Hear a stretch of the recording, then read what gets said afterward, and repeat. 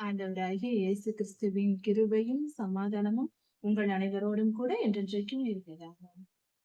நான் உன்னை விட்டு விலகுவதும் இல்லை, உன்னை கைவிடுவதும் இல்லை என்று சொன்ன நமது ஆண்டவராகிய இயேசு கிறிஸ்து நம்மோடு கூட இருந்து நம்மை பாதுகாக்கிறார். சமாதானமாய் இருப்போம். எசேக்கியேல் 15ஆம் அதிகாரம். கர்த்தருடைய பிள்ளைகள் என்ற ஆசீர்வதிக்கப்பட்டவர்கள். இந்த உலகத்தில் மிகப்பெரிய ஆசீர்வாதம் என்றால் அது கர்த்தருடைய பிள்ளைகளாய் நாம் இருப்பதே மிகப்பெரிய ஆசீர்வாதமாய் இருக்கிறது. நம்மை படைத்த சிருஷ்டிகர்த்தாவாகிய நம்முடைய தெய்வத்திற்கு நாம் பிள்ளைகளாய் மாறுகிறோம் என்றால், கர்த்தர் நம்மை பிள்ளைகள் என்று அழைக்கிறார் என்றால் அது மிகப்பெரிய பாக்கியம். அந்த அந்தஸ்து நமக்கு கிடைக்கிறது. அதை விட மிகப்பெரிய பாக்கியம் இந்த உலகத்தில் எதுவும் இல்லை. அதுதான் மிக உயர்ந்த வாழ்க்கை. கர்த்தருடைய பிள்ளைகள் என்று நாம் சொல்லுகிறோம் அல்லவா, அந்த பெயர் தான் நமக்கு மிக உயர்ந்த ஒரு மரியாதைக்குரிய மிகப்பெரிய உயர்ந்த ஸ்தானமாய் இருக்கிறது. அதை விட உயர்ந்த ஸ்தானம் எதுவும் இல்லை. ஒரு தேசம் என்று எடுத்துக்கொண்டால் அதில் ராஜா தான் முதல் அதிகாரி. இன்றைய காலத்தில் ஜனாதிபதி, பிரசிடென்ட் என்று சொல்கிறோம். அதுதான் மிக உயர்ந்த பதவியாய் இருக்கிறது. அது போல இந்த உலகத்தில் பிறக்கிற எல்லா மனிதர்களுக்கும் மிக உயர்ந்த பதவி என்றால் அது கர்த்தருடைய ஜனமாய் இருப்பது. வேத வசனம் அப்படிதான் சொல்லுகிறது. ஆதாமும் ஏவாளும் பாவம் செய்தது நிமித்தம் உலகத்தில் உள்ள எல்லா மனிதர்களும் பாவத்தின் பிள்ளைகளாகவே பிறக்கிறார்கள். தாயின் கருவிலிருந்து பிறக்கும் போதே பாவ சுபாவங்கள் அந்த டிஎன்ஏவில் இருக்கிறது. மனிதர்களின் இரத்தத்தில் இருக்கிறது. பெற்றோர்களின் குணங்கள் பிள்ளைகளுக்கு இரத்தத்தின் மூலமாக வருகிறது. அது பாவ சுபாவங்களும் நல்ல குணங்களும் வருகிறது, தீய குணங்களும் வருகிறது. இது நிமித்தம் பாவம் பரிமாறப்படுகிறது, பெற்றோர்களிடத்திலிருந்து பிள்ளைகளுக்கு வருகிறது. அதாவது ஒரு மரம் தென்னை மரம் தேங்காயை கொடுக்கிறது, மாமரம் மாங்காயை கொடுக்கிறது.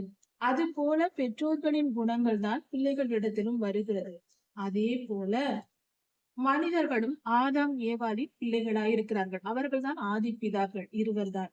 அப்படி இருக்கும்போது அவர்கள் பாவம் செய்து அவர்களுக்குள் அந்த பாவ சுபாவம் வந்ததினால் அவர்களுடைய பிள்ளைகள் தான் எல்லா மனிதர்களும். அப்படி இருக்க அந்த பாவ சுபாவம் எல்லோருக்கும் வந்து விடுகிறது. அப்படி என்றால் நாம் சுத்திகரிக்கப்பட வேண்டும். இந்த பாவத்தோடு பரலோகத்திற்கு நாம் போக முடியாது. உலகத்தில் எந்த மனிதனும் பரிசுத்தவான் இல்லை. பிறக்கும் போதே பரிசுத்தம் அவர்களுக்குள் இருக்கும். முழுமையான பரிசுத்தவான் என்று யாரையும் சொல்ல முடியாது.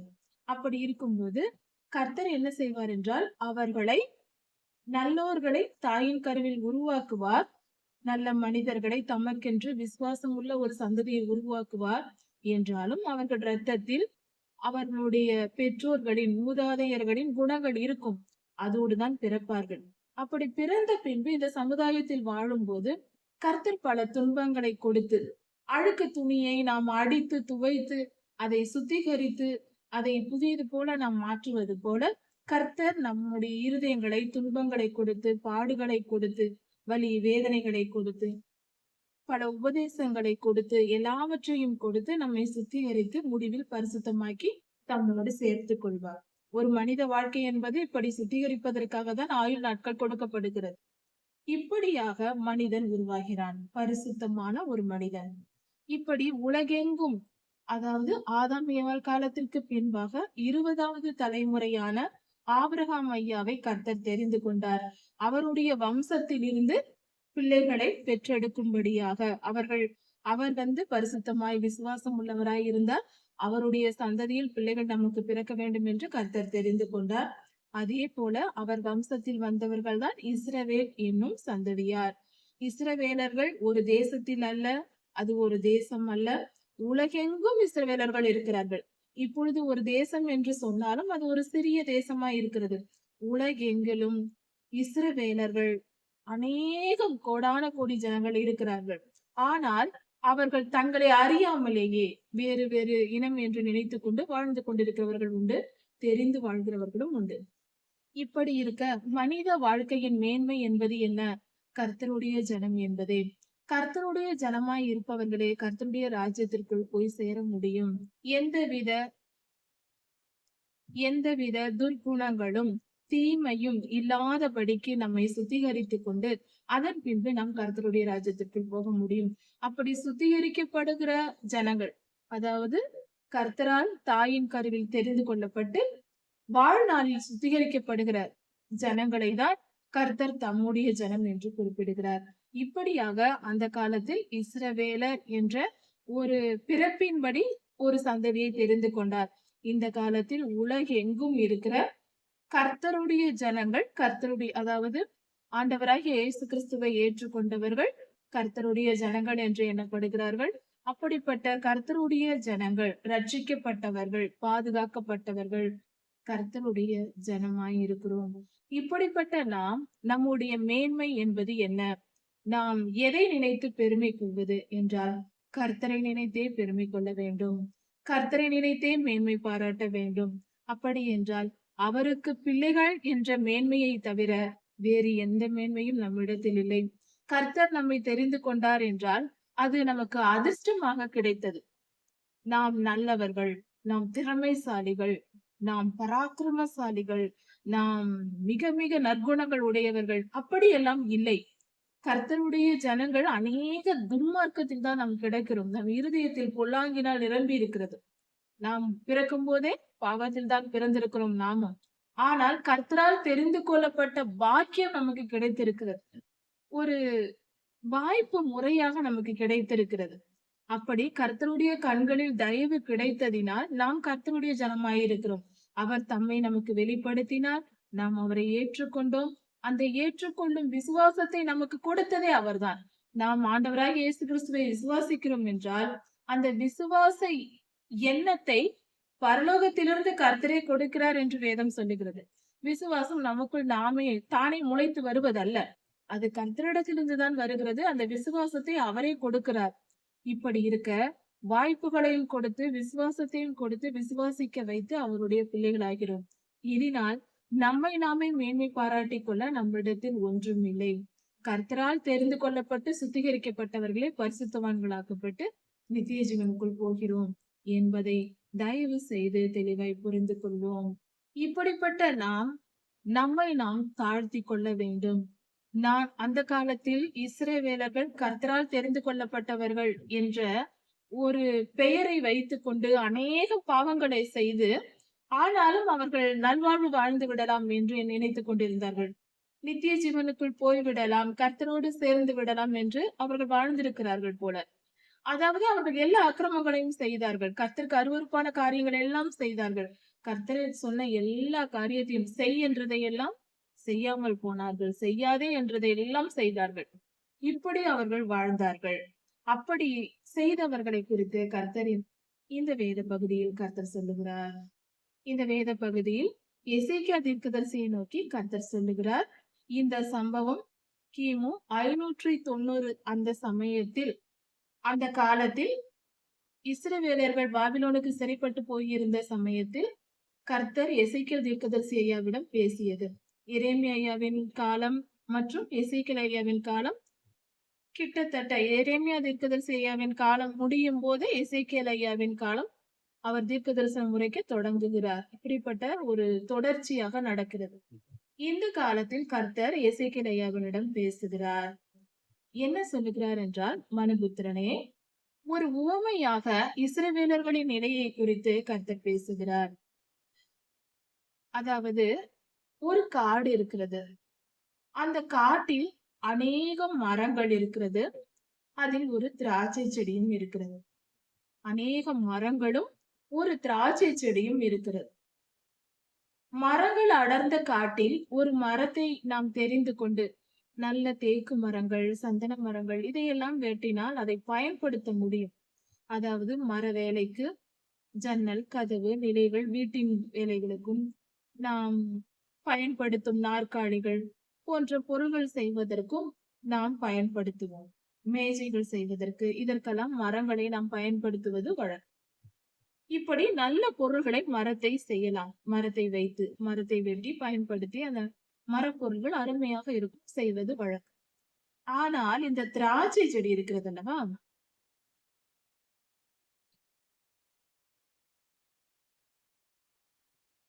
திராட்சை செடியை வைத்து என்ன செய்யலாம்? அந்த திராட்சை செடியை வெட்டினால் அந்த தண்டு பகுதியை என்ன செய்ய முடியும் என்று கர்த்தர் கேட்கிறார். மற்ற மரங்களை விட இந்த திராட்சை செடிக்கு மேன்மை என்ன என்று கர்த்தர் கேட்கிறார். அதாவது அந்த திராட்சை செடியை வெட்டி அதிலிருந்து ஏதாவது பொருள்கள் அந்த செடியின் தண்டு பகுதியை எடுத்து அதை பயன்படுத்தக்கூடிய மற்ற மரங்களை பயன்படுத்துவது போல ஏதாவது பொருள் செய்ய செதுக்கி வைக்க நாம் பயன்படுத்த முடியுமா? அதிலிருந்து ஒரு கட்டையை எடுத்து வைக்க முடியுமா? அல்லது அதை ஒரு மரத்தை பயன்படுத்துவது போல ஒரு சிறிய பலகை போல் வெட்டி அதை எடுத்து பயன்படுத்த முடியுமா? தச்சு வேலைக்கு அதை பயன்படுத்த முடியுமா என்று கர்த்தர் கேட்கிறார். அது முடியாதல்லவா? அது கொடி, திராட்சை கொடி. அது சாதாரணமாக மற்ற கொடிகள் ஓடுவது போல ஓடி இருக்கும். அதை எதற்கும் பயன்படுத்தவே முடியாது. அதை வெட்டி என்ன செய்வார்கள்? அதன் பலன் தீர்ந்தது என்றால் அதை வெட்டி அதன் அடிப்பகுதி, நுனிப்பகுதி, தண்டு பகுதி எல்லாவற்றையும் நெருப்பில் போட்டு எரித்து விடுவார்கள். கொடிகளை எல்லாம் அப்படிதான். எந்த விதமான காய்கறிகளை கொடுக்கும் பூசணி செடி, அவரை செடி போன்ற காய்கறிகளை கொடுக்கும் கொடிகள் அது பலன் கொடுத்து தீர்ந்த பின்பு அந்த கொடிகளை ஒன்றும் செய்ய முடியாது. அதை எடுத்து போட்டு கொளுத்தி விடுவார்கள். தீ கொளுத்தி அதை சுத்தம் செய்வார்கள் அந்த இடத்தை. இதுதானே வழக்கம். அது போல திராட்சை செடியை கொளுத்தி அக்னிக்கு தான் இரையாக்க முடியும் என்று கர்த்தர் சொல்லுகிறார். அதை பயன்படுத்த முடியுமோ என்று கேட்கிறார். அப்படி அந்த செடியை எரிப்பதற்கு முன்பே அதை பயன்படுத்த முடியாது. அந்த தண்டு பகுதியை அந்த ஒரு கட்டையை எடுத்து ஏதாவது ஒரு வேலை செய்ய முடியாது. எரிப்பதற்கு முன்பே அது பயன்படாதது போல அதை நெருப்பில் இட்டு எரித்த பின்பு அந்த அந்த பொருளை வைத்து ஏதாவது செய்ய முடியுமா? எரித்த பின்பு ஒன்றுமே செய்ய முடியாது. எரிப்பதற்கு முன்பே பயன்படுத்த முடியாது என்றால் எரித்த பின்பு என்ன செய்ய முடியும்?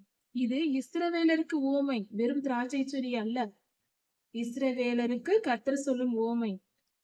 காட்டு செடிகளுக்குள்ளே இருக்கிற திராட்சை செடியை அக்னிக்குள்ளாக எரிக்கப்படுவது போல, அக்னியில் போட்டு எரிப்பது போல வெறும் புதராய் இருக்கிறது. அதை பயன்படுத்த முடியாது. அதை நெருப்பிட்டு கொளுத்தி விடுவார்கள். அப்படி இருக்க அதை போல எருசலேமில் குடியிருக்கிறவர்களையும் நான் அப்படியாக அழித்து போடுவேன் என்று கர்த்தர் சொல்கிறார். அக்கினியினால் அழித்து போடுவேன் என்று சொல்லுகிறார். அவர்கள் செய்த துன்மார்க்கத்தின் விளைவு. என் முகத்தை அவர்களுக்கு விரோதமாக திருப்புவேன் என்று சொல்லுகிறார். அவர்களுக்கு ஆதரவாக அவர்களை ஆசீர்வதிக்க அல்ல, அவர்களுக்கு விரோதமாக திருப்புவேன் என்று சொல்கிறார். கர்த்தரின் முகம் நம்மை விட்டு திருப்பப்பட்டால், இது இஸ்ரவேலருக்கு அந்த காலத்தில் சொல்லப்பட்டது. இந்த வேதவசனம் இன்றும் நமக்கு பொருந்தும். நாம் கர்த்தருக்கு விரோதமாய், கர்த்தருக்கு கீழ்ப்படியாமல், கர்த்தருடைய வசனங்களை கை கொள்ளாமல் சுய இச்சைகளின்படி கிறிஸ்தவர்கள் வாழ்ந்து, விசுவாசிகளாயிருக்கலாம், ஊழியர்களாயிருக்கலாம், பெரிய பிஷப்மார்களாக கூட இருக்கலாம், சபையில் மூப்பர்களாயிருக்கலாம், மிகப்பெரிய காரியங்களை செய்கிறவர்களாயிருக்கலாம், சமுதாயத்தில் அந்தஸ்துள்ளவர்களாயிருக்கலாம், எப்படிப்பட்ட கர்த்தருடைய பிள்ளைகளாயிருந்தாலும், பிரபலமான உலக புகழ்பெற்ற ஊழியர்களாயிருக்கலாம், எப்படிப்பட்டவர்களாயிருந்தாலும் கர்த்தருடைய பார்வையில் மனிதன், அவ்வளவுதான். மனுஷி, அவ்வளவுதான். கர்த்தருக்கு எல்லாம் ஒன்றுதான். உலக மேன்மையிலும் கர்த்தருக்கு முன்பாக செல்லாது. நாம் பரிசுத்தமாய் வாழ வேண்டும். அப்படி வாழாதிருக்கும் போது, கர்த்தருடைய பரிசுத்தத்தை நாம் விரும்பாமல் நம் இஷ்டப்படி நாம் வாழ தொடங்கும் போது இந்த திராட்சை செடியின் நிலைதான் நமக்கும் வரும் என்று கர்த்தர் சொல்லுகிறார். தயவு கூர்ந்து இன்றைய திருச்சபை இதை உணர வேண்டும். திருச்சபை என்றால் உலகெங்கும் இருக்கிற கிறிஸ்தவர்கள், கர்த்தருடைய பிள்ளைகள் எல்லோரும் திருச்சபை என்று அழைக்கப்படுகிறோம். அவர் வந்து வாசம் செய்யும் இடமாக நாம் இருக்கிறோம். நமக்குள் அவர் வந்து வாசம் செய்கிறார். அப்படி இருக்க நாம் எப்படிப்பட்ட பரிசுத்தமாய் இருக்க வேண்டும்? அன்பின் ஆவியானவர் நமக்குள் வாசம் செய்கிறார் என்றால் நம்முடைய இருதயம் எவ்வளவு பரிசுத்தமாய் இருக்கு. அப்படி இருக்க வேண்டும். சாதாரணமாக நாம் நடந்து போகும்போது சேராக இருந்தால் அந்த சேற்றில் கால் வைத்து நடந்து போவோமா? நாம் உட்காரும் இடத்தில் ஒரு சேரில் வந்து அமருகிறோம் என்றால் அது சுத்தமா இருக்கிறதா என்று பார்த்து அமருகிறோம். எங்கேயாவது வெளியில் செல்லுகிறோம், ஒரு இடத்தில் போய் உட்காருகிறோம் என்றால் அந்த இடம் சுத்தமாய் இருக்கிறதா என்று பார்த்து உட்காருகிறோம் அல்லவா? மனிதர்களாகிய மண்ணிலிருந்து தோன்றிய நமக்கே அவ்வளவு பரிசுத்தம் தேவைப்படுகிறது. நாம் அமருவதற்கு ஒரு சுத்தமான இடம் தேவைப்படுகிறது. அப்படி இருக்க கர்த்தருக்கு அவர் மகா பரிசுத்தர் அல்லவா? பரிசுத்த தெய்வம் அல்லவா? அவர் நமக்குள் வாசம் செய்ய வேண்டும். அவர் நமக்குள் இருக்க வேண்டும் என்று நாம் விரும்பினால், நாம் அவரை அழைப்பதாய் இருந்தால், நாம் பரிசுத்தமாய் இருக்க வேண்டும் அல்லவா? அப்படி பரிசுத்தம் என்றால் என்ன? கர்த்தருடைய வார்த்தைகள் நமக்கு கொடுக்கப்பட்டிருக்கிறது. வேத வசனங்கள் கொடுக்கப்பட்டிருக்கிறது. அதை வாசித்து வேத வசனத்துக்கு கீழ்ப்படிந்து வாழ வேண்டும். புறங்கூறாமலும், அவதூறு சொல்லாமலும், பொறாமைப்படாமலும், மாம்சத்தின் கிரியைகளாக கலாத்தியர் 5ஆம் அதிகாரத்தில் சொல்லப்பட்டிருக்கிற 17 விதமான காரியங்களும் நமக்குள் இல்லாமல் நம்மை பாதுகாத்துக் கொள்ள வேண்டும். ஆவியின் கனிகளான 9 காரியங்களும் நமக்குள் இருக்கும்படி பாதுகாத்துக் கொள்ள வேண்டும்.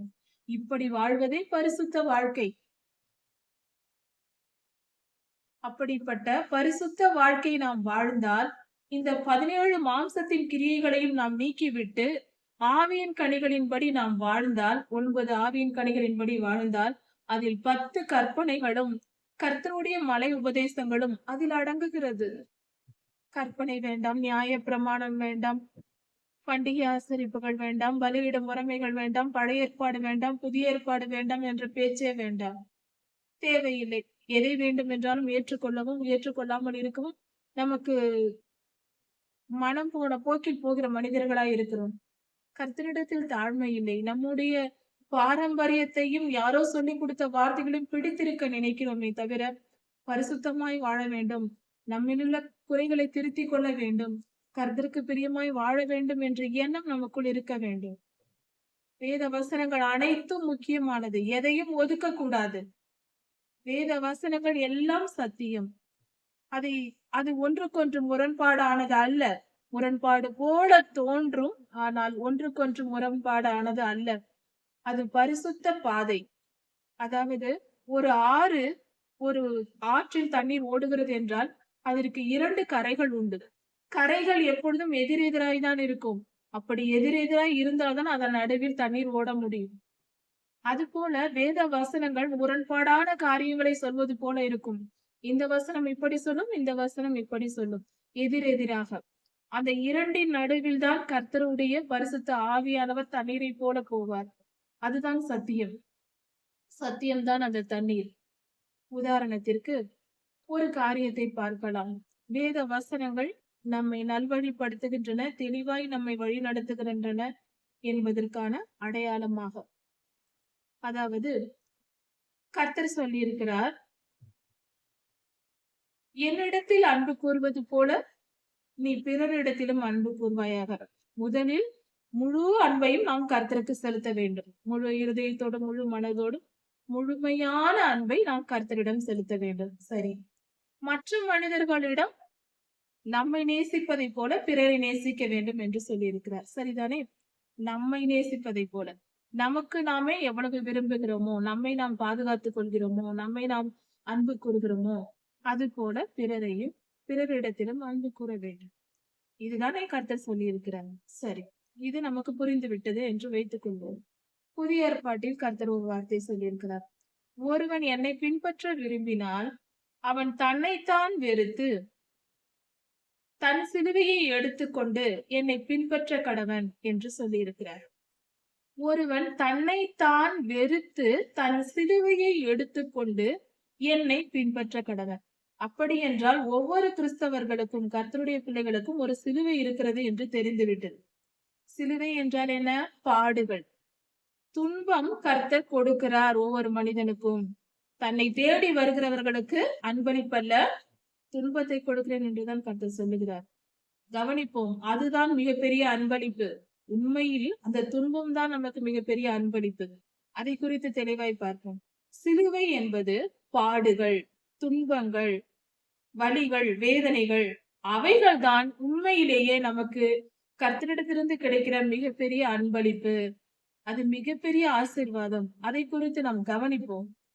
இப்படி இருக்க இந்த 2 வசனங்களையும் பார்ப்போம். தன்னைத்தான் வெறுத்து தன் சிலுவையை எடுத்துக்கொண்டு, துன்பத்தை சுமந்து கொண்டு, அதற்கு முன்பாக நம்மை நாமே வெறுக்க வேண்டும். இந்த முதல் கற்பனையில் உன்னை நேசிப்பதைப் போல பிறரை நேசி என்றார். நம்மையே நாம் வெறுத்து விட்டால், நம்மையே நாம் நேசிக்கவில்லை. ஏனென்றால் தன்னைத்தான் வெறுத்து என்று சொல்லியிருக்கிறார் அல்லவா? அதனால் நம்மையே நாம் வெறுத்து விட்டால், பிறரை எப்படி நேசிப்போம்? நம் உறவுகள், நம் குடும்பத்தினர் எல்லாவற்றையும் வெறுத்து விட்டுவிட்டு, என்னை நீ பின்பற்றி வா என்றே சீஷத்துவத்திற்கு அழைக்கிறார் கர்த்தர். தன்னைத்தான் வெறுத்து தன் சிலுவையை எடுத்துக்கொண்டு என்னை பின்பற்ற கடவன். ஊழியம், சிலுவை பாடுகள். துன்பத்தை சுமப்பது என்பது சிலுவையை சுமப்பதற்கு சமம். சிலுவை சுமப்பது என்பது கர்த்தருக்கு ஊழியம் செய்வதற்கு சமம். கர்த்தருக்கு கீழ்ப்படிவதே கர்த்தருக்கு ஊழியம் செய்வது. வேற என்ன? அப்படி என்றால் இதை பார்த்தால் முரண்பாடாக தோன்றுவது போல இருந்தாலும் 2 வசனங்களும் எவ்வளவு பொருத்தமாய் இருக்கிறது. உன்னை நேசிப்பதை போல என்றுதான் சொல்லியிருக்கிறார். உன்னை நீ 10%, 20%, 30% நேசி என்று சொன்னாரா? உன்னையே நீ வெறுத்து விட்டாய். இப்பொழுது என் உறவுகளுக்காக நான் இதை செய்ய வேண்டும், என்னுடைய குடும்பத்தினருக்காக இதை செய்ய வேண்டும் என்று ஒவ்வொருவருக்காக, அதாவது இதன் பொருள் என்னவென்றால், நாம் கர்த்தருடைய பிள்ளைகளாய் இருக்கும்போது நம்மால் நம் குடும்பம் ஆசீர்வதிக்கப்படும். நம் உறவினர்கள், நம்மை சேர்ந்த எல்லோரும் ஆசீர்வதிக்கப்படுவார்கள். கர்த்தருடைய ஆசீர்வாதம் அபரிமிதமாய் இருக்கும். நாம் ஒருவர் கர்த்தருக்கு கீழ்ப்படிந்தால் 1000 தலைமுறை வரைக்கும் இரக்கம் செய்வேன் என்று சொன்னவர் நம் குடும்பத்தை விட்டு விடுவார்? கர்த்தர் பார்த்து கொள்வார். நாம் எப்பொழுதும் என் குடும்பம், என் குடும்பம், என் பிள்ளைகள், என் வீடு, என் பெற்றோர் என்று, என் நண்பர்கள், என்னுடையது என்று சுயநலமாய் இருக்காதே என்று சொல்லுகிறார். நீ என்னை தேடி வரும்போது உன் குடும்பத்திற்கு நான் பாதுகாத்துக் கொள்வேன். உனக்கு எல்லாவற்றையும் நான் செய்வேன். நாம் நம் குடும்பத்தை கவனிப்பதை விட அதிக அளவுக்கு அதிகமாய் நல்ல விதமாய் கர்த்தர் அவர்களை கவனிப்பார். அவர்களை ஆசீர்வதிப்பார். அவர்கள் தேவைகளை எல்லாம் சந்தித்துக் கொடுப்பார். கர்த்தரிடத்தில் நாம் ஊழியத்திற்காக வருகிறோம். அப்படி என்றால் நம் குடும்பத்தினருக்கு நாம் ஒரு இழப்பாக இருக்கும். ஆனால் அது உண்மையில் இழப்பாக இருக்காது. நம்மை விட நன்றாக அவர்கள் ஆசீர்வதிக்கப்படுவார்கள். நாம் இருந்து அவர்களை கவனிப்பதை விட அவர்கள் அதிகமாய் ஆசீர்வதிக்கப்படுவார்கள். இன்னும் அருமையாக பாதுகாக்கப்படுவார்கள். ஆத்தும ரட்சிப்பு முக்கியம். ஆத்துமா ரட்சிக்கப்படும். அவர்கள் அன்றாட காரியங்கள் அவர்களுக்கு நிறைவாய் கொடுக்கப்படும். நம் குடும்பத்தினருக்கு எல்லாவித ஆசீர்வாதங்களும் வரும். இந்த உலகத்தில் என்ன இருக்கிறது? இந்த உலகத்தில் ஒருவேளை அவர்கள் துன்பப்பட்டாலும் கூட பரவாயில்லை. பரலோக ராஜ்யத்திற்கு சேரும் பாக்கியம் கிடைக்கும் அல்லவா? நம் நிமித்தம் நம் ஒருவர் கர்த்தரை தேடி வரும்போது, கர்த்தருக்காக நம் குடும்பத்தையோ நம் உறவினர்களையோ விட்டு விலகி வரும்போது, கர்த்தர் நம்மையும் ஆசீர்வதித்து தம்மோடு சேர்த்துக் கொள்வார். நம் நிமித்தம் நம் குடும்பத்திற்கும் கிருபை பாராட்டி அவர்களுக்கும் ரட்சிப்பை கொடுத்து பரலோகத்திற்கு சேர்த்துக் கொள்வார். அவர்களுக்கு நரகத்திலிருந்து தப்பிப்பதை விட நம் குடும்பத்தினருக்கு மிகப்பெரிய அன்பளிப்பை நாம் என்ன கொடுக்க முடியும்? என்ன ஒரு பெரிய ஊழியத்தை ஒரு சேவையை நம் குடும்பத்திற்கு நாம் செய்துவிட முடியும்? அக்கினி கடலிலிருந்து நம் குடும்பம் காப்பாற்றப்படுகிறது என்றால் அதற்காக நாம் எதை வேண்டும் என்றாலும் செய்யலாம் அல்லவா? இப்படிதான் கர்த்தர் சீஷத்துவத்திற்கு அழைக்கும் போது சொல்லுகிறார், தன்னைத்தான் வெறுத்து தன் சிலுவையை எடுத்துக்கொண்டு என்னை பின்பற்ற கடவன். தன்னைத்தான் என்றால் உன் வீடு, உன் குடும்பம், உன் வாழ்க்கை, உன்னுடைய எதிர்காலம் என்று நினைப்பதை விட்டுவிட்டு கர்த்தர் என்ன சொல்லுகிறாரோ அதை செய்ய என்னை நான் அர்ப்பணிக்கிறேன் என்று அர்ப்பணித்து வருவது. நம் சுய விருப்பங்களை விட்டுவிட வேண்டும். சுய ஆசைகள், இன்பங்கள் எல்லாவற்றையும் விட்டுவிட்டு கர்த்தருக்கு கீழ்ப்படிந்து அவர் என்ன சொல்லுகிறாரோ, எப்பொழுது சொல்லுகிறாரோ அதை செய்து அவர் முகத்தையே பார்த்து கொண்டு, நம் வீட்டில் நாய் வளர்த்தால் எப்படி வளர்ப்போம்? நம் உறவினர்களை விட அதைதான் அதிகமாய் நேசிப்போம். அவ்வளவு அன்பு கூறும். அதுவும் நம் இடத்தில் அவ்வளவு அன்பாய் இருக்கும். நாயை போல அன்பு கூறுகிற மிருகம் எங்கும் இருக்காதுன்னு சொல்லலாம். அந்த அளவுக்கு எங்கும் இருக்க முடியாது என்றே சொல்லலாம். அந்த அளவுக்கு அன்பாய் இருக்கும். அப்படிப்பட்ட நாய் எவ்வளவு நம்மை நேசிக்கிறது, எவ்வளவு நேசித்து நம்முடைய அரவணைப்பை அது பெற்றுக்கொள்கிறது. அந்த அன்புதானே காரணம்.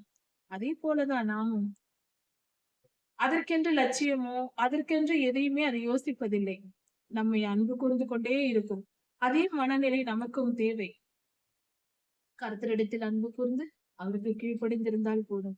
உலகத்தில் நான் இதை செய்ய வேண்டும், அதை செய்ய வேண்டும், அதை செய்ய வேண்டும், இதை செய்ய வேண்டும். என் எதிர்காலம், என் இறந்த காலம், கடந்த காலம் என்று எதேதோ சொல்லிக் கொண்டு தெரியக்கூடாது. சகலமும் அறிந்தவர், சகலத்தையும் செய்ய வல்லமை உள்ளவர் நம்மோடு இருக்கும்போது நம்மை பற்றி நாம் ஏன் நினைக்க வேண்டும்? இப்படிதான். அதாவது தன்னைத்தான் வெறுத்து என்று சொல்லும்போது, உன்னை நேசிப்பதைப் போல பிறரை நேசி என்றால், எல்லாவற்றையும் விட்டு நீ என்னை முழுமையாய் சார்ந்து கொள் என்று பொருளாகிறது. கர்த்தரை முழு அன்போடு, ஏனென்றால் முதல் கற்பனையே சொல்லிவிட்டது, முழு அன்பு.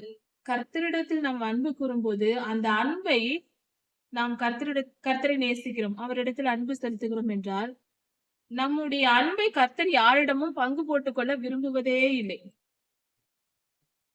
இங்கு உமக்கு 90% சுவாமி, என் குடும்பத்தினருக்கு 10% என்று பங்கு போடக்கூடாது.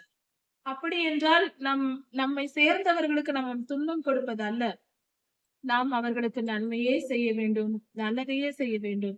ஆனால் ஒரு காரியம் என்று வரும்போது அது கர்த்தருக்கு முதலிடத்தை கொடுக்க வேண்டும். அதுதான் பொருள். கர்த்தருக்கு நம் வாழ்க்கையில் எல்லாவற்றிலும் முதலிடம் கொடுப்பது. அதுதான் முழு அன்பு, முழு அன்பின் அடையாளம். இப்படியாக நாம் கர்த்தருடைய பிள்ளைகள் வாழ வேண்டும். அப்படி இல்லாமல் என் குடும்பம் என் வாழ்க்கை என்று இஸ்ரவேலர்கள் வாழ்ந்ததை நிமித்தமே கர்த்தர் சொல்லுகிறார், இப்படியாக இந்த திராட்சை செடி ஊமையே. அந்த திராட்சை செடி உயிரோடு இருக்கும் போது, அதாவது அந்த செடி எரிப்பதற்கு முன்பே பயன்படவில்லை, எரித்த பின்பு பயன்பட போகிறதா? இப்படியாக இஸ்ரவேலர்கள் கர்த்தரை நேசிக்காமல், கர்த்தருக்கென்று வாழாமல், எதற்கும் பயன்படாத காட்டு திராட்சை செடியாய் போனார்கள். அது நிமித்தம் கர்த்தர் அக்கினிக்கு அதை இரையாக்குகிறார். நாம் வாழ வேண்டிய முறையை பார்த்தோம். வாழக்கூடாத காரியம் எப்படி இருக்கக்கூடாது என்பதற்கு இஸ்ரவேலர்கள் செய்த பாவங்கள் நமக்கு சுட்டிக்காட்டப்படுகிறது. இப்படி கர்த்தர் அவர்களுக்கு நியாய தீர்ப்பு கொடுக்கும் பொழுது கர்த்தர் தெய்வம் என்று அவர்கள் அறிந்து கொள்வார்கள். அவர்கள் செய்த தவறு கர்த்தர் அவர்கள் மேல் கோபம் கொண்டார் என்றும், அவர் நம்மை அழிக்கிறார் என்பதையும் அப்பொழுதுதான் அவர்கள் உணர்வார்கள். அதுவரைக்கும் எத்தனை தீர்க்கதரிசிகள் சொல்லி உணராதவர்கள், கர்த்தரை ஏற்றுக்கொள்ளாதவர்கள், அப்பொழுது மிச்சம் இருப்பவர்கள் உணர்ந்து கொள்வார்கள். கர்த்தர் நீதியின்படி நியாயம் தீர்த்து தம்முடைய வல்லமையை அங்கு வெளிப்படுத்துகிறார்.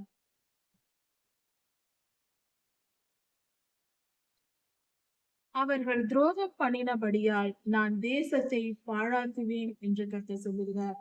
அவர்கள் துரோகம் பண்ணினார்கள் என்றால், ஒரு மனைவி ஒரு கணவனுக்கு துரோகம் பண்ணுவது எவ்வளவு பெரிய பாவம். அப்படிப்பட்ட பாவத்தை இஸ்ரவேலர்கள் கர்த்தருக்கு செய்தார்கள்.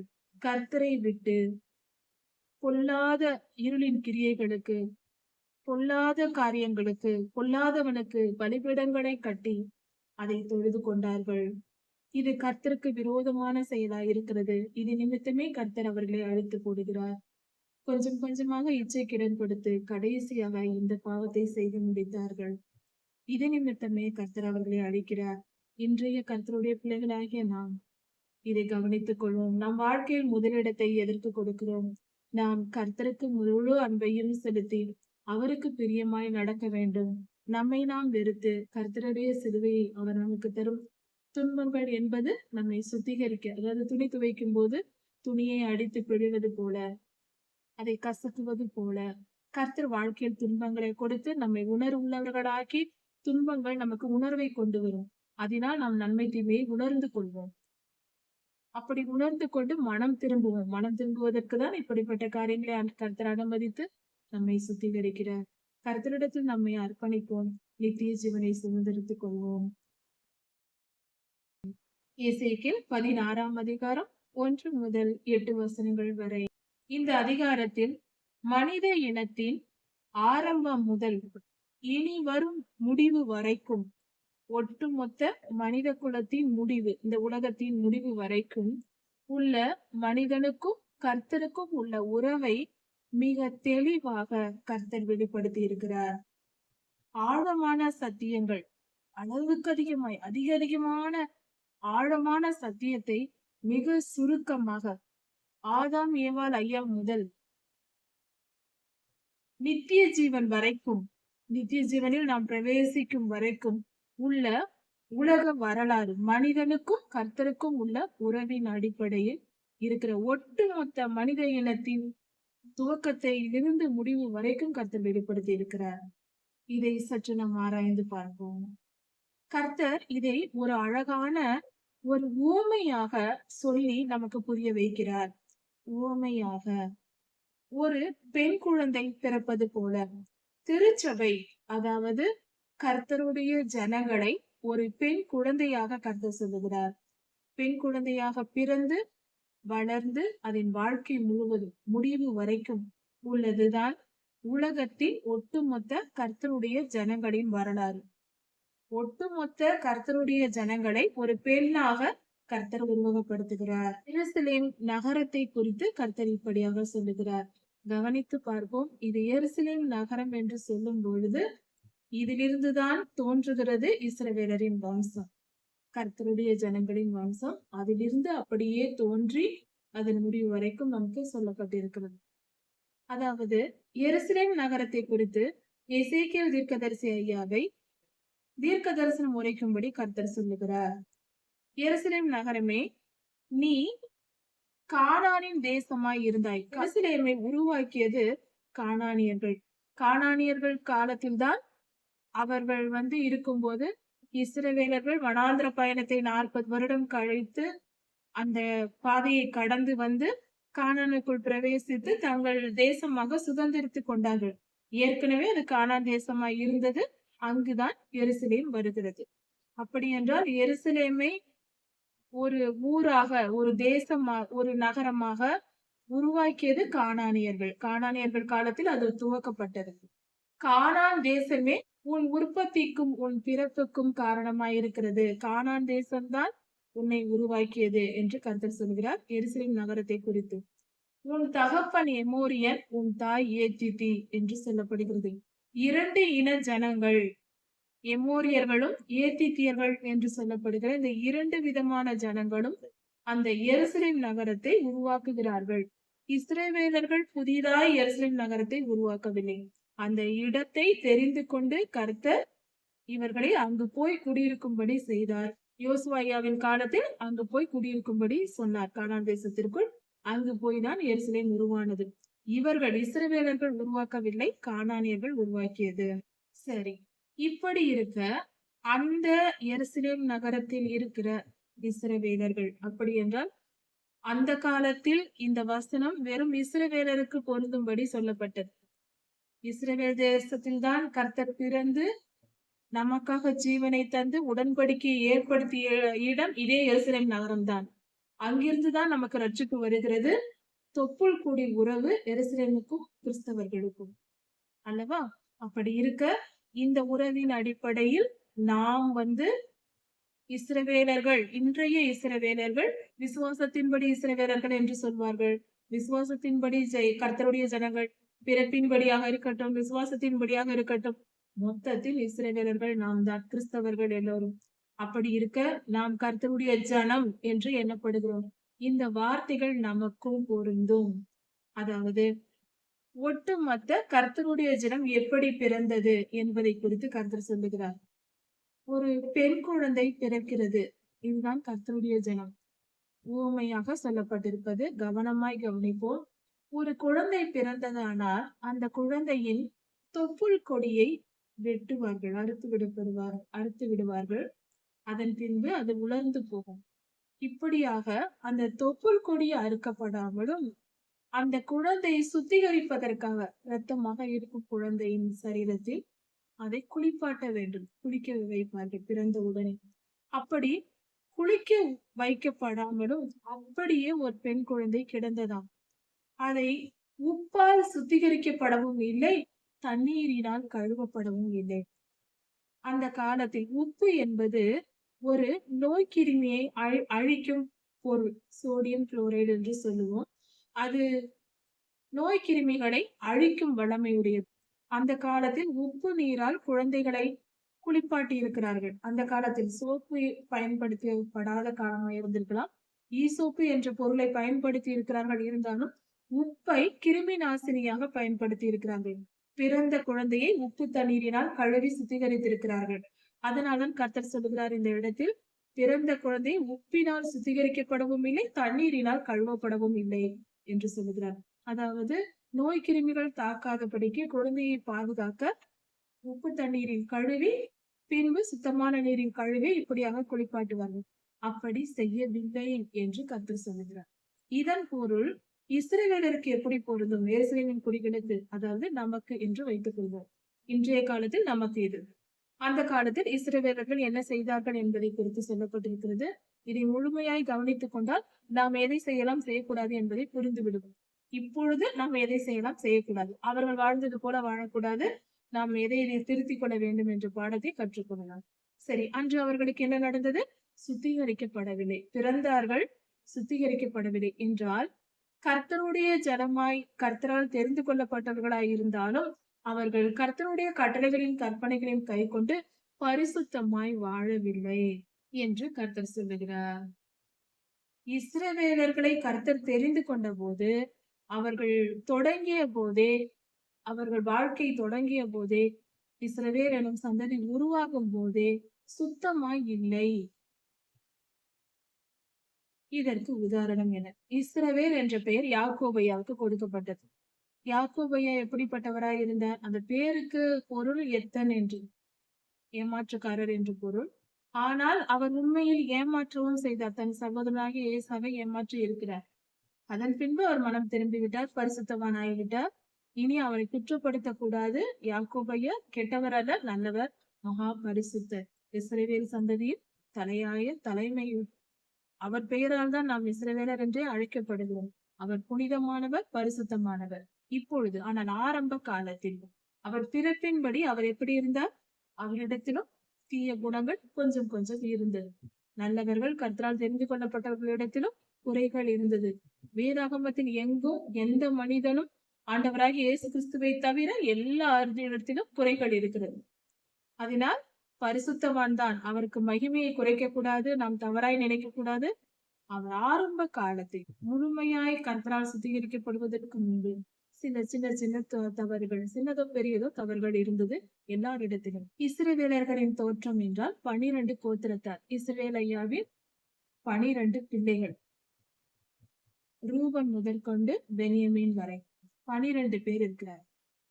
ரூபன், சிமியோன், யூதா, லேவி, இந்த 4 பேர். முதலில் லேயல் அம்மாவுக்கு பிறக்கிறார்கள்.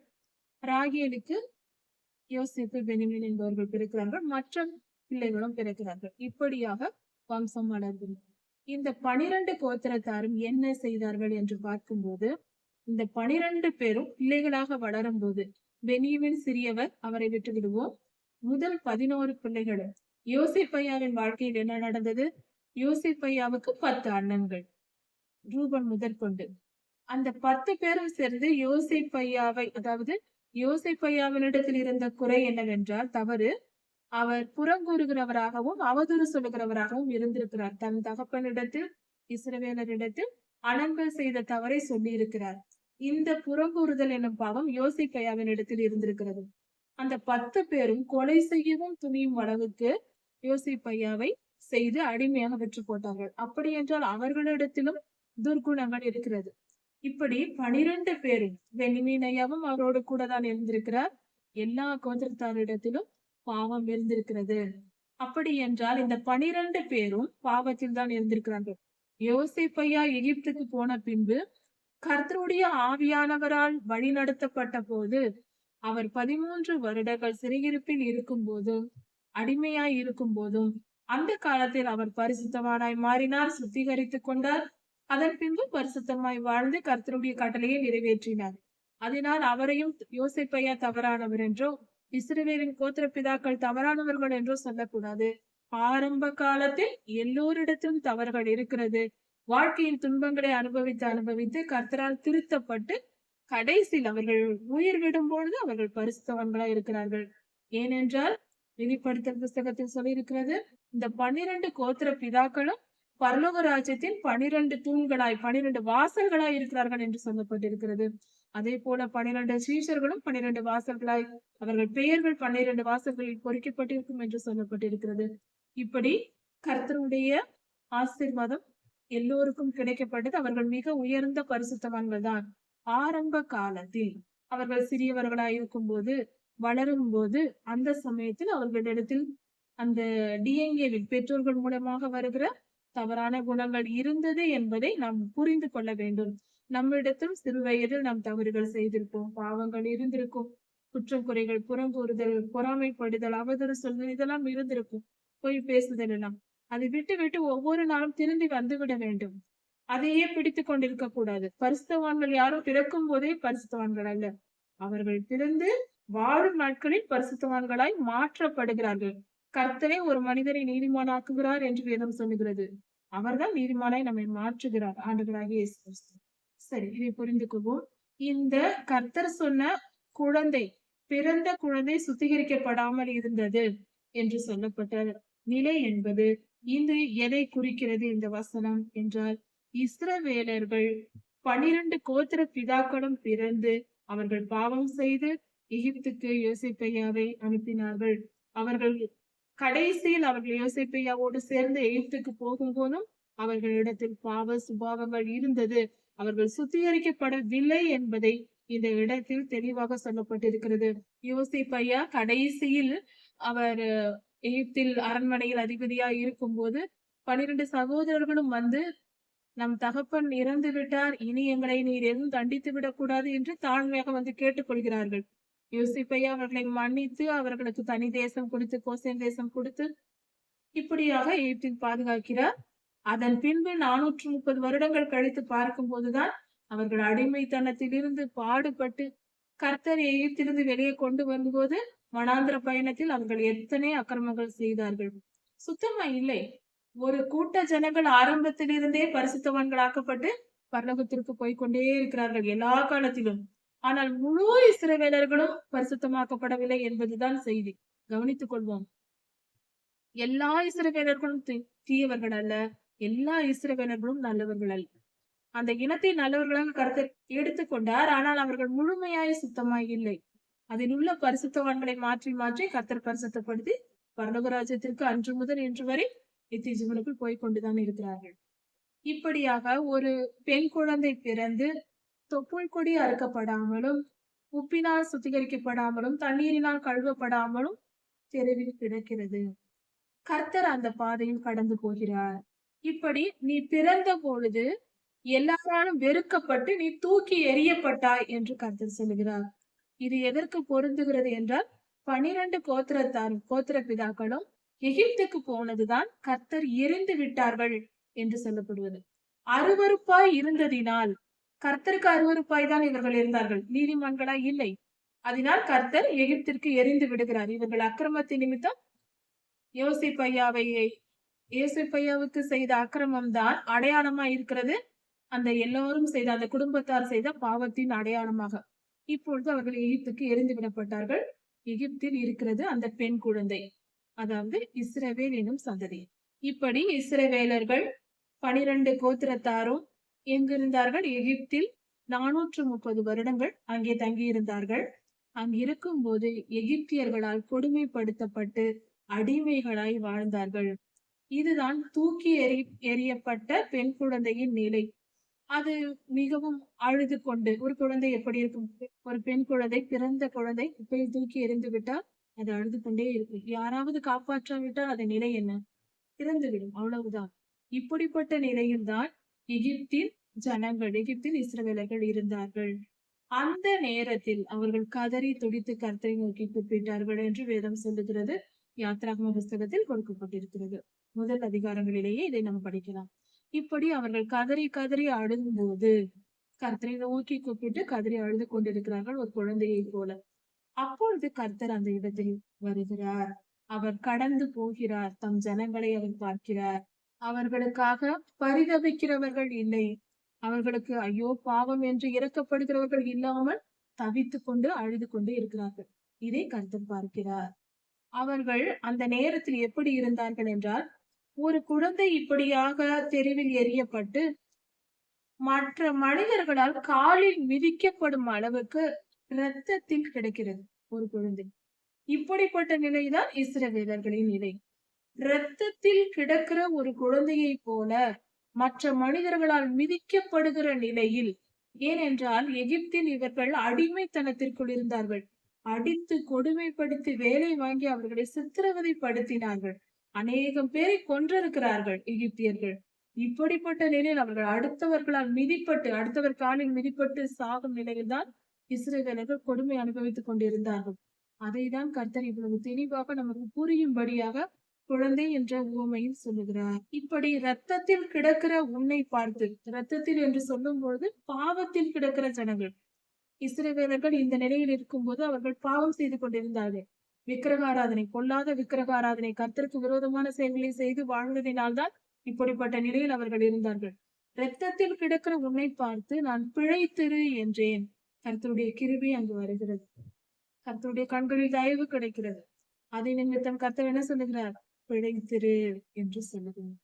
அவர் பிழைத்திரு என்று சொன்னது வார்த்தையின் போல் என்ன வருகிறது என்றால், மோசே ஐயாவை கர்த்தர் எழுப்பினார். மோசே என்ற தீர்க்கதரிசியை எகிப்து தேசத்தில் பிறக்க பண்ணினார் அல்லவா? அதுதான் பிழைத்திரு என்றது.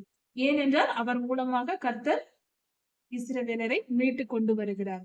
அதாவது எகிப்தில் இருந்து கர்த்தர் புறப்பட பண்ணின செயல்தான் பிழைத்திரு என்பது.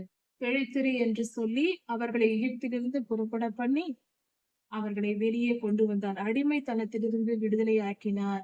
இப்படி கர்த்தர் பார்க்கும்போது எகிப்தில் அவர்கள் அடிமைத்தனத்தில் இருந்தது ரத்தத்தில் இருந்தது போல அவர்கள் பெரிதாய் வளர்ந்திருந்தார்கள். லட்சக்கணக்கான ஜனங்களாய் போகும்போது 60 பேர் போனார்கள்.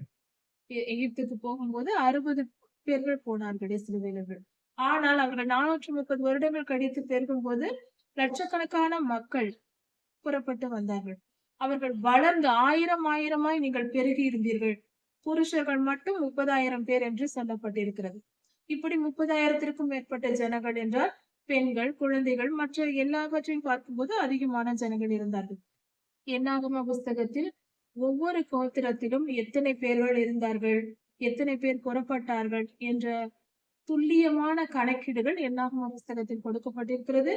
எந்தெந்த கோத்திரத்தில் எத்தனை ஆயிரம் பேர்கள் புறப்பட்டு வந்தார்கள் எகிப்திலிருந்து என்ற வரலாறு கொடுக்கப்பட்டிருக்கிறது. மிக துல்லியமான கணக்கீடு.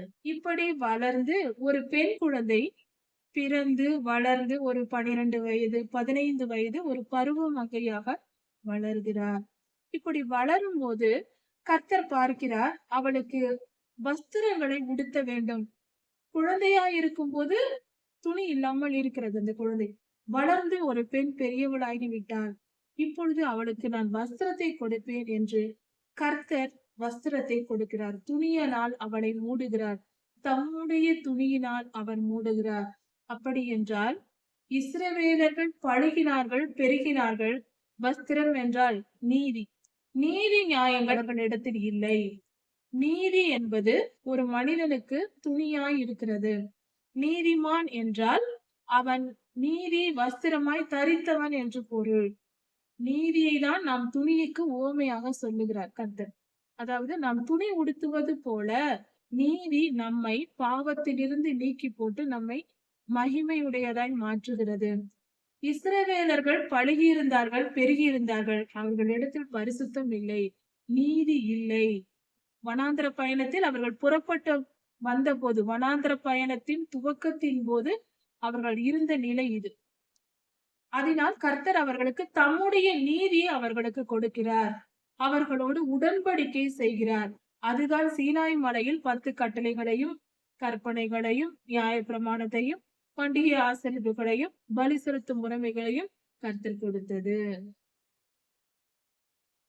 முதலில் அங்கு உடன்படிக்கை 10 கட்டளைகள் மூலமாக அவர்களுக்கு உடன்படிக்கை செய்கிறார். இந்த காரியங்கள் எல்லாம் மோசேயா மூலமாக கர்த்தர் கொடுத்தார் அல்லவா? பலிகள், எல்லா கட்டளைகளும், 10 கட்டளைகள், கற்பனைகள் எல்லாம். இதுதான் கர்த்தர் கொடுத்த வஸ்திரம், துணி. இஸ்ரவேலருக்கு கர்த்தர் கொடுத்த மானத்தை மறைக்கக்கூடிய துணி என்பது நீதி. நீதியுள்ள ஒரு மனிதன் தலை நிமிர்ந்து நடப்பான். ஒருவன் தவறு செய்தவன் குற்றவாளியாய் இருந்தால் அவன் தலை குனிந்து போவான். நீதி நம் தலையை நிமிர்த்தும். ஏனென்றால் சாதாரணமாக நாம் நல்ல ஒரு முழுமையாக ஒரு குளிர் நாளில் போர்த்தி கொள்வது போல நல்ல போர்வை போர்த்தி கொண்டு நாம் நடந்து போனால் தைரியமாக வேகமாக நடந்து போவோம். ஒருவேளை ஏதாவது ஒரு இடத்தில் துணி கிழிந்து விட்டால், ஒரு கால் பகுதியில் எங்கேயாவது கிழிந்து விட்டால் நாம் கூனி குறுகி நடந்து போவோம். நம்முடைய நீதி எந்த நிலையில் இருக்கிறதோ அதுதான் நமக்கு மனதில் தைரியத்தையும் ஒரு ஒரு கம்பீரத்தையும் நமக்கு கொடுக்கும். அநியாயமும் பாவமும் செய்கிறவர்கள் கூனி குறுகி போய் தான் அவர்கள் இருதயத்தில் இருப்பார்கள். அவர்கள் மனம் கூனி குறுகி போய் இருக்கும். நீதிமான்களும் தலை நிமிர்ந்து நடப்பார்கள். கர்த்தர் இப்படியாக வனாந்திர பயணத்தில் சீனாய் மலையில் அவரே இறங்கி வந்து தம்முடைய வஸ்திரத்தை கொடுத்தார். அவர்களோடு உடன்படிக்கையை செய்தார். ஒரு பருவ பெண்ணுக்கு துணியை கொடுப்பது போல இஸ்ரவேலர்கள் பருவ பெண்ணாய் வளர்ந்திருந்தார்கள். கர்த்தருடைய ஜனம் அவர்களை தம்முடைய நீதியினால் போர்த்தி மறைத்து அவர்களை அழகாக அருமையாக கர்த்தர் மாற்றினார், பாதுகாத்தார் என்று பொருள். கர்த்தருடைய பாதுகாப்பு இஸ்ரவேலருக்கு கொடுக்கப்படுகிறது. அதுதான் வேத வசனம். இன்று நாம் வைத்திருக்கிற வேத வசனங்கள் தான் கர்த்தருடைய நமக்கு பாதுகாப்பாய் இருக்கிறது. அவர் நம்மளோடு செய்த உடன்படிக்கை தான் நம்முடைய துணி. நம்முடைய கர்த்தரிடத்தில் நாம் போய் சேர்வதற்கான நம் அவலட்சணத்தை மூடுகிற துணியாய் இருக்கிறது. கர்த்தர் எவ்வளவு நல்லவர். சீனாய் மலையில் இஸ்ரவேலருக்கு உடன்படிக்கை செய்தார். அதே உடன்படிக்கை இன்று வேதாகமமாக நம்முடைய கைகளில் இருக்கிறது. அதுதான் கர்த்தர் நம்மோடு செய்யும் உடன்படிக்கை. இந்த வேத புஸ்தகத்தையே மறந்து விட்டால் அவருக்கும் நமக்கும் உள்ள உறவின் அடையாளமே இந்த வேத புஸ்தகம் தான், இந்த வசனங்கள் தான். இந்த வசனத்தையே வேண்டாம் என்றால் அவருக்கும் நமக்கும் என்ன சம்பந்தம் இருக்கிறது? தயவு செய்து யாரும் இப்படி சொல்லாதீர்கள். கர்த்தருடைய வசனத்தை படித்து அதற்கு கீழ்ப்படிந்து வாழுங்கள். கர்த்தர் மிகவும் பெரியவர். அவர் மிகவும் நல்லவர். அவரை போல தெய்வம் ஒருவரும் இல்லை. அவர் அன்பை புரிந்து கொள்வோம். இப்படியாக இஸ்ரவேலரோடு கர்த்தர் உடன்படிக்கை செய்து அவர் நம்மை பாதுகாத்தார். இன்றும் நடந்து கொண்டிருக்கிறது இந்த செயல். நம்முடைய தனிப்பட்ட ஒவ்வொருவர் வாழ்க்கையிலும் இது நடக்கிறது. அன்று ஒட்டுமொத்த இஸ்ரவேலருக்கு இன்று நம் ஒவ்வொருடைய வாழ்க்கையிலும் ஒவ்வொருவரும் நம் வேத புஸ்தகத்தை வாசிக்கிறோம், 10 கட்டளைகளை வாசிக்கிறோம், மலை பிரசங்கத்தை வாசிக்கிறோம். இதையெல்லாம் வாசிக்கும் போது நாம் மனம் திரும்பி கர்த்தரை ஏற்றுக்கொள்ளும் போது அன்று கர்த்தர் மீட்டது போல, அவர்களை மீட்டது போல நம்மையும் மீட்டுக் கொள்கிறார். இப்படி கர்த்தர் நம்மோடு செய்த உடன்படிக்கையினால் நாம் கர்த்தருடையவர்கள் ஆகிறோம். அவள் என்னுடையவள் ஆனாய் என்று சொல்லுகிறார். அவள் என்னுடையவள் ஆனாள். அவள் என்னுடையவள், எனக்கு சொந்தமானவள் ஆனாள். கர்த்தர் தம்முடைய நீதியின் வஸ்திரத்தை நமக்கு கொடுத்து நம்மை அவரோடு, அதாவது கர்த்தருடைய உடன்படிக்கை நமக்கு செய்யப்படுகிறது. கர்த்தருக்கும் நமக்கும் உள்ள உறவின் அடையாளமே இந்த 10 கட்டளைகள் தான். 10 கட்டளைகள் என்றும் மாறாது. இந்த 10 கட்டளைகளின் அடிப்படையில் தான் நாம் நித்திய ஜீவனுக்குள் போக முடியும். 10 கட்டளைகளை கடைபிடித்துதான் தீர வேண்டும். வெளிப்படுத்தல் புஸ்தகத்தில் சொல்லப்பட்டிருக்கிறது, உடன்படிக்கை பெட்டி பரலோகத்தில் காணப்பட்டது என்று, பரலோகத்தில் இருக்கிற தேவாலயத்தில் காணப்பட்டது என்று. அது முழுவதும் அரை மணி நேரம் புகையால் மூடப்பட்டிருந்தது என்று சொல்லப்பட்டிருக்கிறது வெளிப்படுத்தல் புஸ்தகத்தில். வெளிப்படுத்தல் புஸ்தகத்தில் சொல்லப்படுகிறது என்றால் அது இனி வரும் காலமாய் இருக்கிறது. அப்பொழுதும் ஆரம்பத்தில் இருந்தது இஸ்ரவேலர்களின் காலத்தில். அதாவது இஸ்ரவேலர்களின் வனாந்திர பயணத்தில் செய்த உடன்படிக்கையை கர்த்தர் வெளிப்படுத்தல் புஸ்தகத்தில் பரலோகத்தில் இருக்கிறது என்று சொல்லுகிறார். உடன்படிக்கை என்றாலே ஒரு பிரதியை நமக்கு கொடுத்திருக்கிறார். 10 கட்டளைகள் அடைந்த உடன்படிக்கை பெட்டி இன்றும் எருசலேமில் இருக்கிறது. அதனுடைய இன்னொரு உடன்படிக்கையின் நகல், இன்னொரு பிரதி பரலோகத்தில் இருக்கிறது. இப்படியாக பரலோகத்திற்கும் பூமிக்கும் 2 ஒரே உடன்படிக்கை, 2 பிரதிகள் இருக்கிறது. இதை நாம் புரிந்து கொள்வோம். கர்த்தர் நமக்கு செய்த, ஏனென்றால் யாருடன் உடன்படிக்கை செய்தாலும் இருவர்கள் அந்த பிரதியை வைத்திருப்பார்கள். உடன்படிக்கை செய்து கொள்கிறவர்கள் இன்றும் மத்தியில் உலக வழக்கமா இருக்கிறது. அப்படி இருக்க நாம் புரிந்து கொள்வோம், கர்த்தர் நல்லவர். இந்த உடன்படிக்கை இல்லாம நாம் கர்த்தருடையவர்களாய் இருக்கவே முடியாது. அதை இந்த வேத பகுதி மிக தெளிவாய் இருக்கிறது, சொல்லுகிறது. இதனால் நீ என்னுடையவள் ஆனாய் என்று 8ஆம் வசனத்தில் சொல்லப்பட்டிருக்கிறது.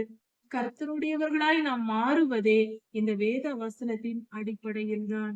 புரிந்து கொள்வோம், கர்த்தர் நல்லவர், அவர் மிகவும் பெரியவர். இதன் தொடர்ச்சியை நாம் அடுத்த செய்தியில் பார்க்கலாம். கர்த்தர் உங்களை ஆசீர்வதிப்பாராக. ஆண்டவராகிய இயேசு கிறிஸ்து சீக்கிரம் வரப்போகிறார். அவருடைய வருகைக்கு நாம் ஆயத்தப்படுவோம். மாரநாதா.